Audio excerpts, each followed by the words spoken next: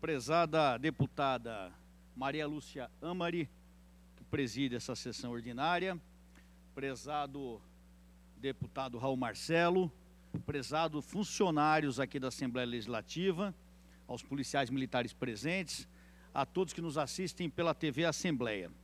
Eu queria falar em primeiro lugar, senhora presidente, muitas vezes a polícia militar é criticada quando ela, obrigada a agir, tira a vida de um criminoso, de um marginal, mas diariamente centenas de vidas são salvas por policiais militares. E essas ocorrências, pasmem, nunca é levada pela imprensa, nunca é divulgada, porque não interessa falar bem da polícia, porque a realidade de todo mundo quer é falar mal da polícia. Mas diariamente a polícia militar no estado de São Paulo salva centenas de vidas, evita milhares de crimes. Eu queria ler hoje aqui, queria que o Machado colocasse a foto de uma ocorrência que chegou para mim pela internet, mas é um exemplo cotidiano das funções da Polícia Militar.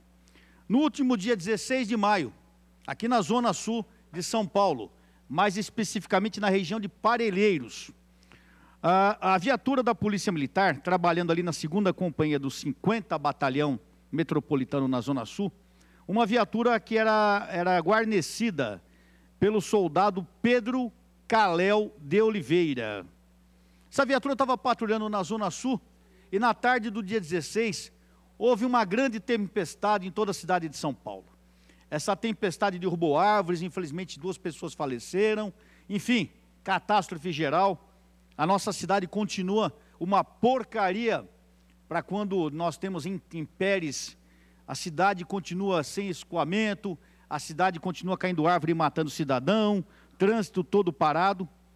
E na área de Parelheiros, a viatura estava de serviço com o soldado Caléu, quando em meio àquela destruição total por causa da chuva e do vento, uma senhora correu até o encontro da viatura e pediu para que os policiais socorressem a família dela, dizendo que a casa onde ela morava havia desabado sobre o marido e sobre a filha, com um bebê de 6 meses. O policial desembarcou da viatura, porque não tinha condição de se locomover com a viatura por causa do trânsito parado, e correu até o local, correu até a residência, onde acabou se deparando com a cena. Árvores caídas, postes caídos, a casa caída.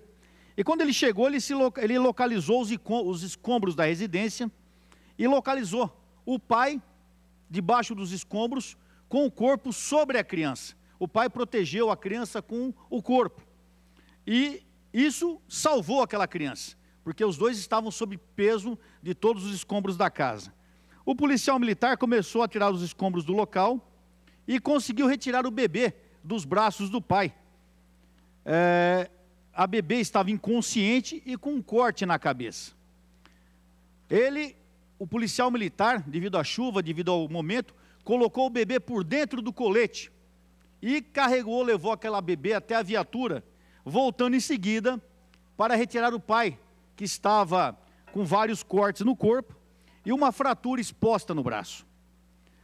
O soldado fala que foi muito difícil ver aquela situação, mas quando ele ouviu o choro da criança, foi difícil segurar a emoção, porque ele viu que a criança estava viva e que, graças à ação rápida de um policial militar, mais 2 vidas foram salvas. Não havia tempo de chamar bombeiro, não havia tempo de resgate. Era o policial resolver ou não aquela situação. E o soldado Pedro Caléu de Oliveira, graças à sua rápida intervenção, salvou a vida de um bebê de 6 meses, mais o pai da criança. Eu queria, ao final do meu depoimento, senhora presidente, que fossem encaminhadas as notas taquigráficas ao senhor secretário de Segurança Pública e ao senhor comandante-geral da Polícia Militar, pedindo para que fosse elogiado o soldado Pedro Caléu de Oliveira nos seus assentamentos, e bem como o mesmo fosse condecorado pela Polícia Militar, devido à ação heróica e rápida do policial, que permitiu que com mais duas vidas fossem salvas. Para encerrar meu discurso, eu quero dizer que, como policial militar, essa notícia hoje estampada nos jornais me alegra muito. Hoje, os jornais dizem que o juiz Moro condena José Dirceu a 23 anos de prisão. Com muita alegria eu vejo isso como policial, porque durante 33 anos eu trabalhei nas ruas de São Paulo, prendendo criminosos, combatendo o crime, e a pior coisa para nós que somos pessoas que cumprimos as leis, é ver pessoas que têm postos chaves na sociedade, pessoas que utilizam dinheiro público, que desviam dinheiro público, e essas pessoas hoje estão sendo levadas aos tribunais, e a condenação de José Dirceu é uma luz no fim de túnel. Ele foi condenado pelos crimes de corrupção, lavagem de dinheiro e formação de quadrilha. Condenado a 23 anos e 3 meses de prisão. Mas como a nossa lei é benevolente, segundo o próprio jornal, diz que José Dirceu deve ficar preso no mínimo por mais 3 anos, se aplicada a regra geral da progressão de regime. Ou seja, aqui, pela condenação que está no jornal, ele foi condenado devido a um esquema que envolveu o pagamento de 15 milhões ao petista com origem em contratos com a Petrobras. Infelizmente, no Brasil, Sargento Volpato, o crime compensa.